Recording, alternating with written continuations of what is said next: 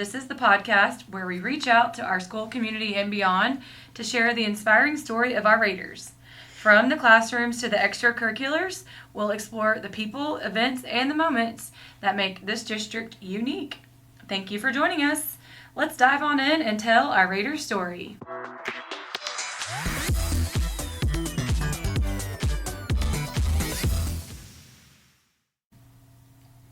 Hello, my name's Megan Hogg. I'm the District Director of Communications, and it's really an honor and pleasure to be the moderator for our district's official podcast, audio podcast called Raider Reach. This is our second season of Raider Reach, and we've really enjoyed diving in to hear what's going on in the classrooms and the different programs that we offer, and today is no different. We have three amazing educators here from the high school, and they are going to be here to talk a little bit about our engineering program and what that looks like for our students. And so that fits in with CTE. We're still exploring our CTE programs and really highlighting those. And so I'm really excited to have them here with me. I have Miss Stefanie Wright. Hello, Miss Wright. Hello. I have Miss Kelsey Kemp. Hello. Hi, Miss Kemp. And Mr. Curtis Moreland. How are you doing? I'm doing pretty good. How are you? Good. So I'm really glad to have all you guys back in here. Not back in here, but in here, because you guys, I jive well with these folks because I am math science background. So I have the communication side too, but I really love teaching math and science. And so I never taught science in high school, but I did teach middle school science, and then also taught Algebra 1 in high school. But I'm excited to hear about this program because I've, just like everybody else, I've seen a lot of really cool things that have really advanced in this program in the past few years. But before we do that, let's talk a little bit about you guys and kind of give us a background for each one of you so we can kind of know where you're coming from and your experience. So we'll start with you, Stefanie. Is that okay? Sure. All right, so tell us a little bit about your educational and professional journey. Well, I actually have a biology degree. I thought I was going to go to nursing school. I got accepted, and I was like, maybe not. Is it the fluids, the bodily fluids? It is the fluids. Yeah. It's the fluids. They are not appealing. Yes. But also the weight of what our healthcare workers carry every day that's a lot, is not something that it was daunting to my 19-year-old self. Mm-hmm. But I really liked the science. Mm-hmm. And so I got a bachelor's of science in biology. I worked in what's called a wet chem lab. Okay. Testing water quality samples from plants in different businesses. Okay. And I had a baby, and I was like, I'm not going to see my daughter grow up because I'm working 8 to 5 Monday through Friday. Mm-hmm. And so I was like, what could I do? Well, I could teach. So I took the composite. So I have a composite science 8 through 12 certification. Mm-hmm. And I was like, if I pass it, it's a sign. And I did. Here you are. And we're so glad because Miss Wright is a phenomenal educator. She's a Rio Education of Excellence winner. And also, I can say as a parent, a fabulous teacher. She taught my son last year, and I don't know what you're doing in the future, but maybe you'll have some more hog boys. I didn't mean to cut you off from that. No, you're fine. We'll kind of go into what you teach now a little bit, but mostly your background has been science in these engineering classes, right? Yes. So Susan Letourneau kind of piloted the engineering program, and she felt out the people that she wanted, and she decided to utilize a Project Lead the Way curriculum. Okay, yeah. And so that fourth science that we chose to teach here at Lumberton is environmental sustainability. Oh. And she said, Stefanie, you would be perfect for this. And so I took that one on. I did take the level 2 course that Mr. Moreland teaches IED on for a little while because we didn't, for needs-based. Yeah. And then it kind of evolved from there. And I've been teaching environmental sustainability since, I think, 2018 was the first time we had that senior level capstone course. How many years have you been in education now? I started in 2010. Okay. So. Me too. Yeah. Okay. Awesome. All right. So what about you, Mr. Moreland? Tell us a little bit about your educational, professional journey. That was a really long story. I think we need to shorten this. Give you the abridged version? The abridged version. Okay. Started off college as an energy resources management degree plan at Lamar Okay. University, and found out I was the only person at Lamar University in said degree plan. Do they still have that? No, they do not. Okay. So half the courses weren't being offered because there was only me. And so they shifted me out of that into earth science, which was... Okay. More broad. Right. IRMA was business and geology. Okay. And I learned really quick I didn't really care for accounting very much, so I went to the geology side. And oddly enough, most of my classmates were ed majors. Yeah. Oh. And at the time, I was like, I'm not going to be a teacher. Yeah. No. So I got the degree, earth science, and really no motivation on what to do with it. So decided to go work at the hospital, x-ray technician. You know, people always need that, and I like helping people. And then I was diagnosed with non-Hodgkin's lymphoma. Okay. Can't work in a radiation environment after you've had cancer. Huh. Long story short, got on the sub list when I was out on disability with the cancer. Realized I should have done that all along. Other people realized that I should have done that all It along. really affirmed that in you. We That's awesome. stole him Okay. So, from yeah. another department Oh. and said, you should come teach science That's true. with Okay. us. Okay. So that's where that started. They You might need to be still on the right seat on the bus. Exactly. So there's the best seat Right. for you. I'm, for in sure. the, I'm in the place I'm supposed to be. And if I'd just known it 20 years ago, you know, all the people that I started college with are about to retire, and I've got 6 years Yeah. in. So, yeah, good times. Well, we just get you for longer then. Awesome. All right. Well, Kelsey, what about you? What's your journey been like? So I went to school for general business with like a specification with industrial engineering. Oh. So I wanted to work in a plant, but I graduated in 21. So it was a year after, or kind of during COVID, year after COVID. Yeah. And it was really hard to get a job. So Mhm.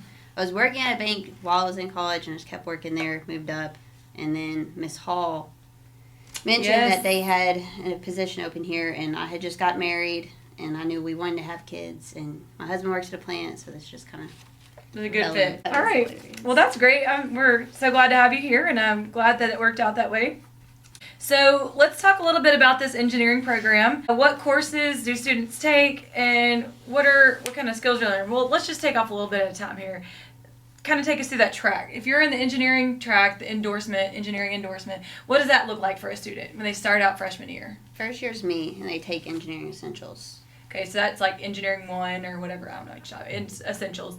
That's all the freshmen Yep. who are going to be in. Is anybody in that class that's not going to be in the endorsement just as another elective?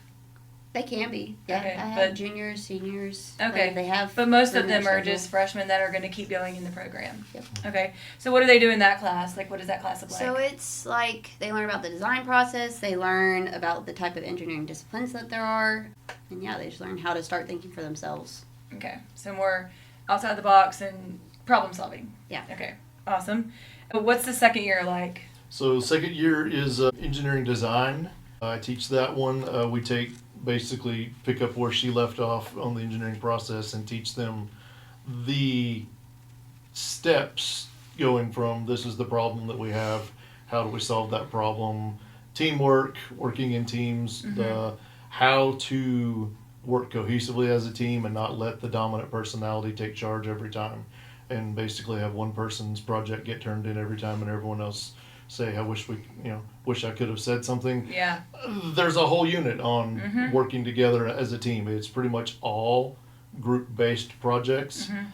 About half the year we're in the computer lab, and I'm teaching them step by step how to use Autodesk Fusion, which is a CAD software, Yeah. digital design.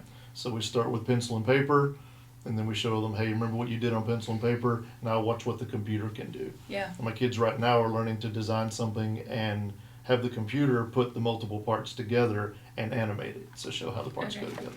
So do you teach in a lab with desktops, or do you use Chromebooks? or Now we have laptops? an engineering lab which is predominantly desktops. Okay. Because of the Fusion software, it requires heftier processing capabilities than Chromebooks will Right. run. So yeah, we've got other than what's in this room, probably some of the more advanced desktops in the district to be able to run the software and right. not crash repeatedly. Yeah, that would be not fun.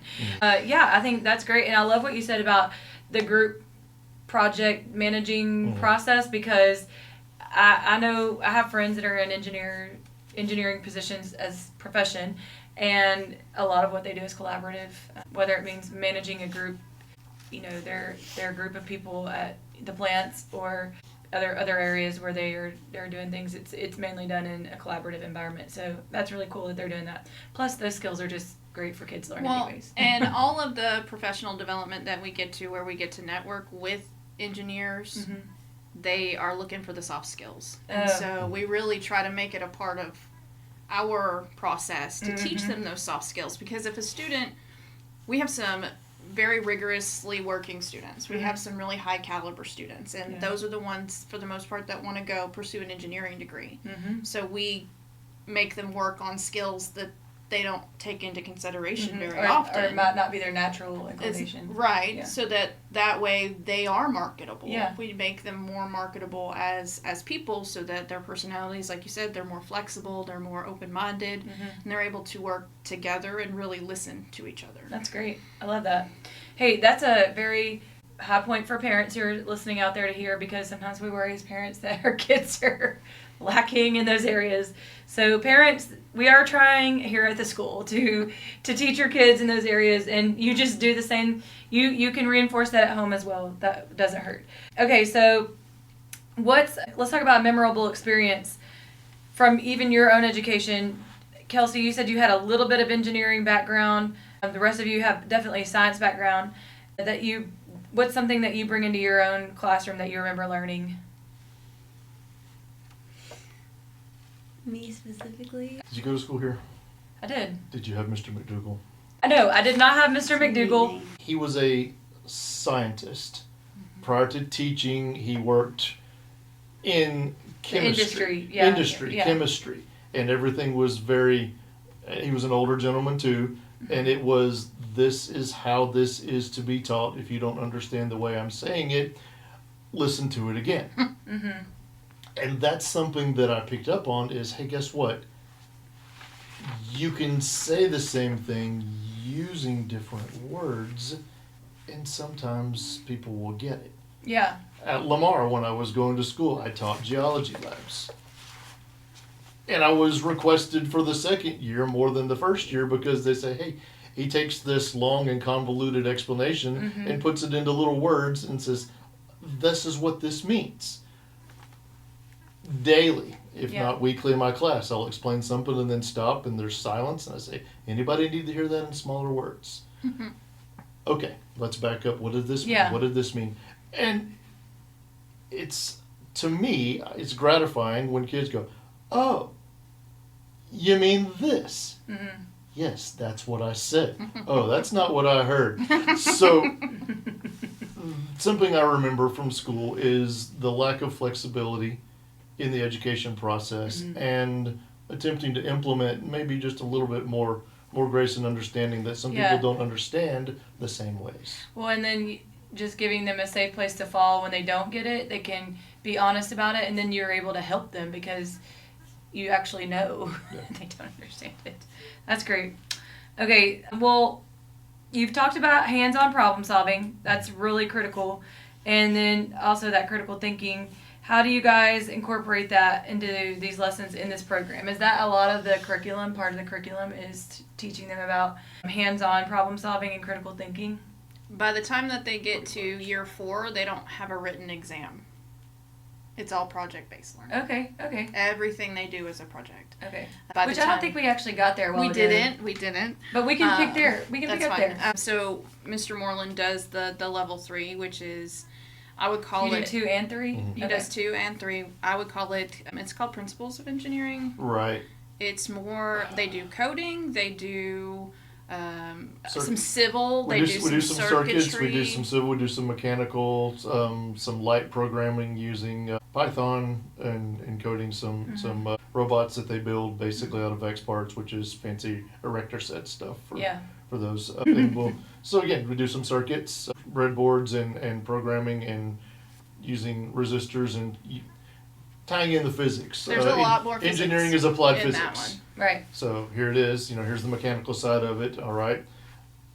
If my motor turns this fast, and I want the robot to go this fast. What type of gear system do I need to put in it in order to increase the speed? Or, okay, maybe I want to slow it down and make it have more power. Then we'll do that and explain the concept of big gear to little gear to big gear, or even in the circuits and programming. And by the end of the year, we'll be doing trusses and calculating stresses to build bridges and overpasses and That's stuff. awesome. I love So that. it's mainly showing them that physics is used in the everyday world and Yeah, lots making of those times connections. in Yeah. engineering. Which is excellent because the kids are juniors. Mm-hmm. Right. That's advanced physics. They Yeah. are in advanced physics right across the hall. I saw them a couple weeks ago doing a project in physics with Miss Munson, and then coming over during engineering and being like, "Oh, Mr. Moreland has a tool that I can use. Hey, I need to come that's talk cool. to Mr. Moreland about this. Hey," and they can reinforce their physics skills and reinforce their engineering skills at the same time. So I really like that level 3 is so physics based because they just augment each other so well. Okay, that's awesome. Mine is more environmental engineering. It's got some civil. It's basically how to provide sustainable resources Okay. for humans on the planet. And so we talk a lot about water. We talk about genetic engineering and food and things like that. We talk about energy use. We are kind of changing it because we are trying to introduce certifications into our pathway. Yeah. We don't customarily have many options for that, but CAD certification is one.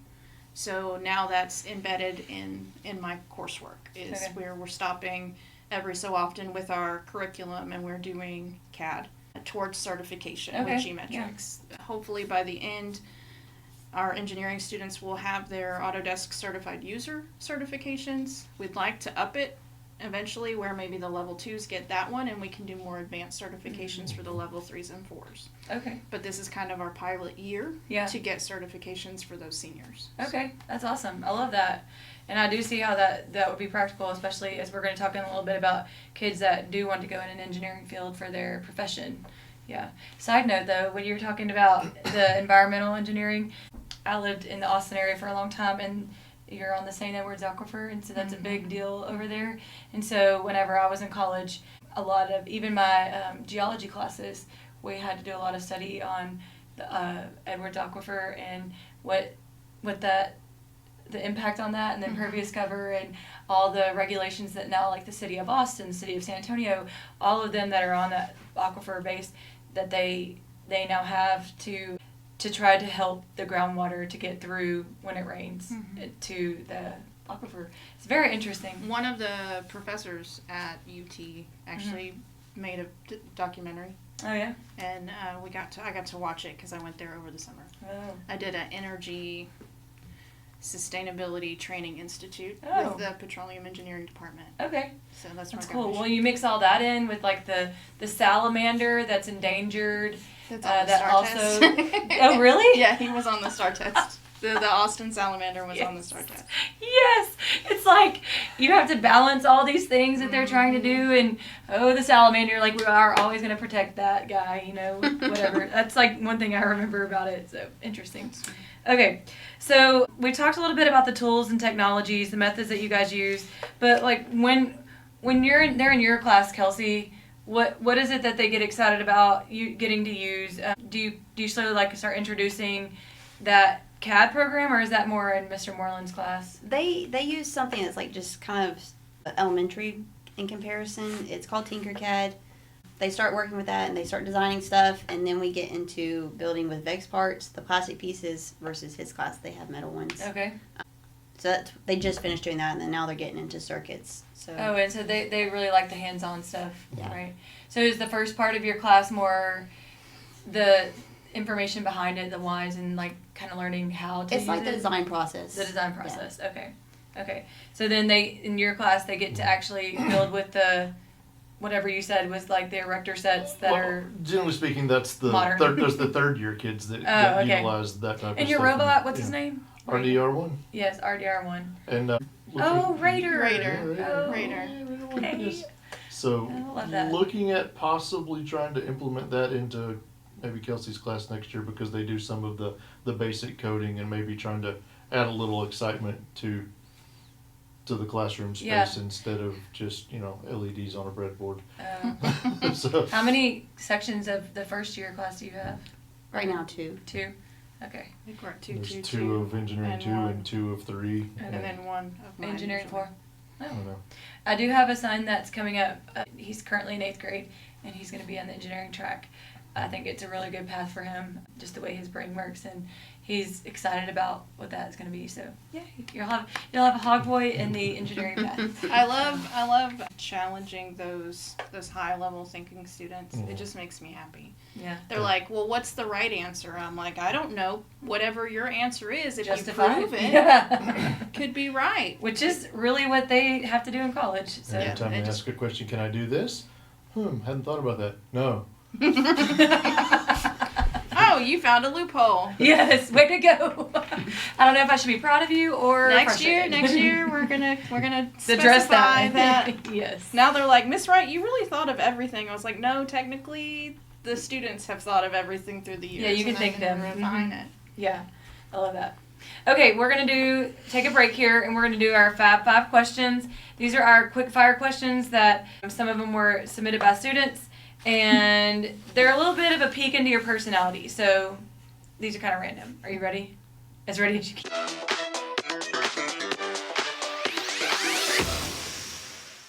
So tell us about one random object in your classroom that has a story behind it, and it cannot be a picture of your family or friends. And you'll all answer these, if you can.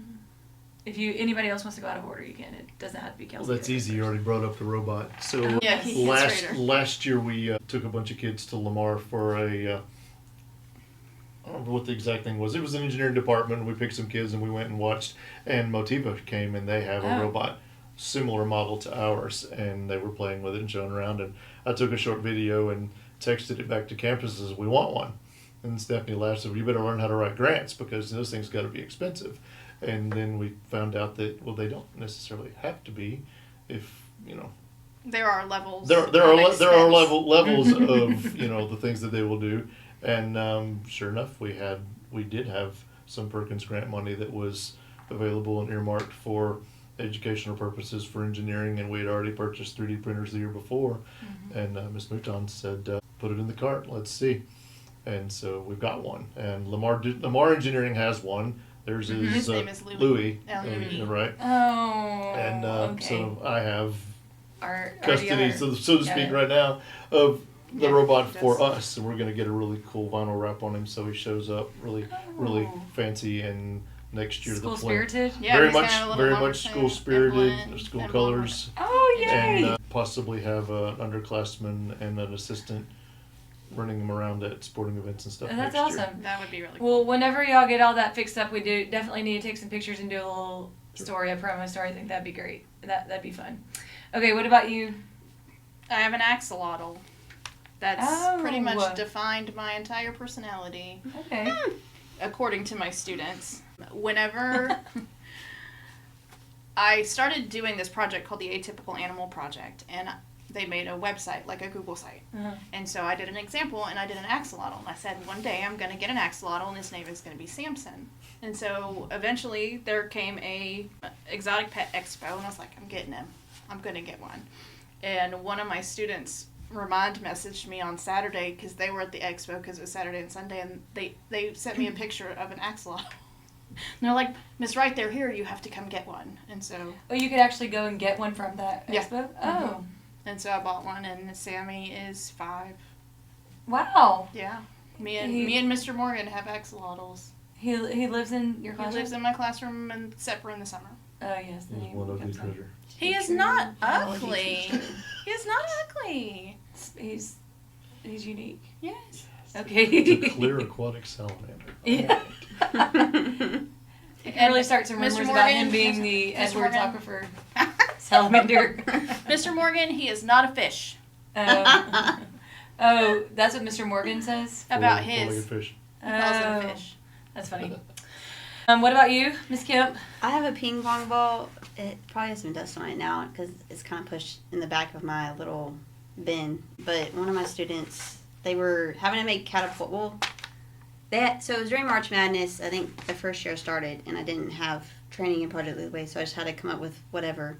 And they made catapults during March Madness to shoot the ping pong balls and the basketball goal, and that just happened to be the ping pong ball that one. So That's cute. Oh, that's cool. That reminds you kind of where you started, and yeah, it has a lot of memories attached to it. I love that. Okay, coffee or tea or soda, whatever. What do y'all use to feel? All coffee. the coffee. Coffee? All the coffee. black. Coffee. Y'all are coffee. Okay, not fancy, simple, whatever. Do you like? the sugar, the creamer? Yeah, Yes. all the flavors. Yeah. Yeah. So you 12 like ounces. your sugar and creamer with your coffee, Mhm. or, Yes, both. or My coffee with your sugar yeah, and creamer? I want, whatever. yes, Yes. that's right. That's funny. Okay, and then if you weren't teaching engineering, what would you be doing, or teaching in general? I want to be a park ranger, or I want to work at the zoo. Oh, I love the zoo. yeah. The Houston Zoo is too far away. You can go to Ellen Trout. I know. It's only 90 miles. Yes. Like, I can do it. Retirement. Listen, post-retirement Oh, plans. I love that. Big Thicket National Park educator, like Oh yes. the guided Do you like to hikes. go visit national parks? I do. Me I do like too. to go visit them. We like that's like on our list to try to go to as many as we I can. got the state park scratch off. Oh really? I haven't been to as many state parks as I haven't been that many, but it was national parks. a little There's a scratch new off. one It's now. really cool. They just There opened- is. I just heard about they just this, opened a new one. I forgot. which I is don't remember crazy. where it Isn't is. it like the There's- first time in like 20 years? There's that one they've- down on the coast. Is that the same? Is that the one that they just opened? Or I is don't there remember another where they said it was, but I did read that it was like the first one they've opened since like the 90s or something. Yeah. one? Okay, then it must be it then. Yeah, but somebody donated some land. I think somewhere down like Padre Island. Okay. Oh, I good. think. Maybe it's for the Well, turtles. this summer we're going to Glacier National Park Awesome. and North Cascades. We've been to the other two in Washington State, so yeah, we love national parks. So I thought that would be fun too. But side note, Ellen Trout Zoo was born in Lufkin, and my family is from Lufkin, and so when I was younger, all my birthday parties used to be at Ellen Trout Zoo. Yeah, good times, feeding the ducks with the bread, whatever. Yeah. So okay, what about you? I think like if I could teach something else, if I was certified in that, probably math, because like I was going to do mechanical engineering forever, Mhm. and then found out physics is not it for me. So yeah, but I like loved math, and I thrived in math. You liked math in school as well? Yeah. Yeah, that's awesome. All right, what about you, Curtis? I don't know. I mean, crazy. I mean, chemistry was my. We've already established I knew nothing coming out of high school, and it was probably one of my hardest classes in college. Mm-hmm. That might be because For of the your same- background. Well, that too, and Yeah. for some of the same reasons that it was explained this way and not any other way. Yeah. But I mean, it's cliche, but it's just I'm where I want to be right now, and it just took 40 years to get there. Yeah. I like it. You definitely have a journey, but that helps, with what you're able to teach and the life lessons that you can give from that. So that's awesome. All right. So what's your favorite hobby outside of school? I read. Oh yeah. I made my husband build me a wall of bookshelves, and it's full of books. Oh really? Is that what you like doing on if you have some time Mm-hmm. to do? Let's just read a book. All right. What about you? It's not really a hobby, but I just like to be around my family. Yeah. Yeah. And you have a little one, so Yes. Yeah, we That's spend awesome. it all the time. Yeah. with the family. All right. What about you, Mr. Moreland? I make stuff. I've got 3D printers at home. I've got Yeah. a wood shop at home. Yeah. I build stuff and make stuff when I love that. For time. I like to read too. My husband is very much into 3D printing and woodworking and all the other things too. So yeah, he also likes board games, like not just like the serious board games, not just Yahtzee or whatever, Clue. He really does like them, and he 3D prints things to hold the pieces. And yes, it's a very serious thing. He really loves that. Watches YouTube videos on how to play said board games, and when he gets a new one, he wants me to watch it because he always says this classic line, "I really think you're gonna love this one." Sometimes I do, and sometimes I'm like, oh. I got pulled into a gamer group here in Lumberton that I've managed to escape, but they're always looking for a fourth. So if you, If you know anything. No, we do not have any more time right now to devote to said gamer group. lips are sealed, I will not. Yes. I will not. Not I He will gets not- invited to a Saturday night one pretty often, but he hasn't been able to go in a while. And Mhm. but he really does enjoy doing stuff like that. So But yeah. I wasn't We nerdy only have enough for about them. 4 more. Oh, okay. All right. Okay, so we're going to go ahead and jump back into our questions to finish out.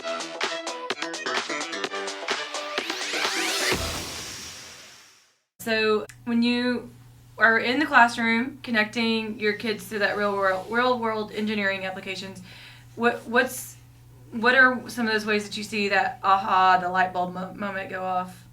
Maybe they make a connection with something you're teaching to the real world. What's an example of that? You said a lot with what you were talking about earlier. You just want to expound on that. Right. I mean, it's engineering is applied physics, and so a lot of the things they're running across the hall, we actually put together in kind of a lab format. Mm-hmm. This past week, my juniors were learning about hydraulics and pneumatics, and so we've got syringes of different shapes and sizes, and start with the water and notice if you squeeze this one, the other one opens, and vice versa. And hey, remember the gas laws and the pressure laws, and this formula tells you this times this gives you this, and so we could figure out if I put this much force on this side, but the other one's this big, how much is it coming out the other side? And the calculations kind of make more sense when they can actually see what's happening instead of just doing the math on the paper. Yeah, I love that. Have you guys been able to connect with former students that have gone on to pursue engineering programs? Maybe they're in college now or they've already graduated. Do they keep in touch? Do you ever have any that come and keep in touch, or you see them about town? Or The brothers were here just a little while. the brothers. The Paulinos. Oh, They actually yes. came back because they are ambassadors for the engineering program, Yeah. and they talked to my Oh, seniors good. and his Well, this juniors, one I right? saw, he did just get hired full time at the Alex. paper mill.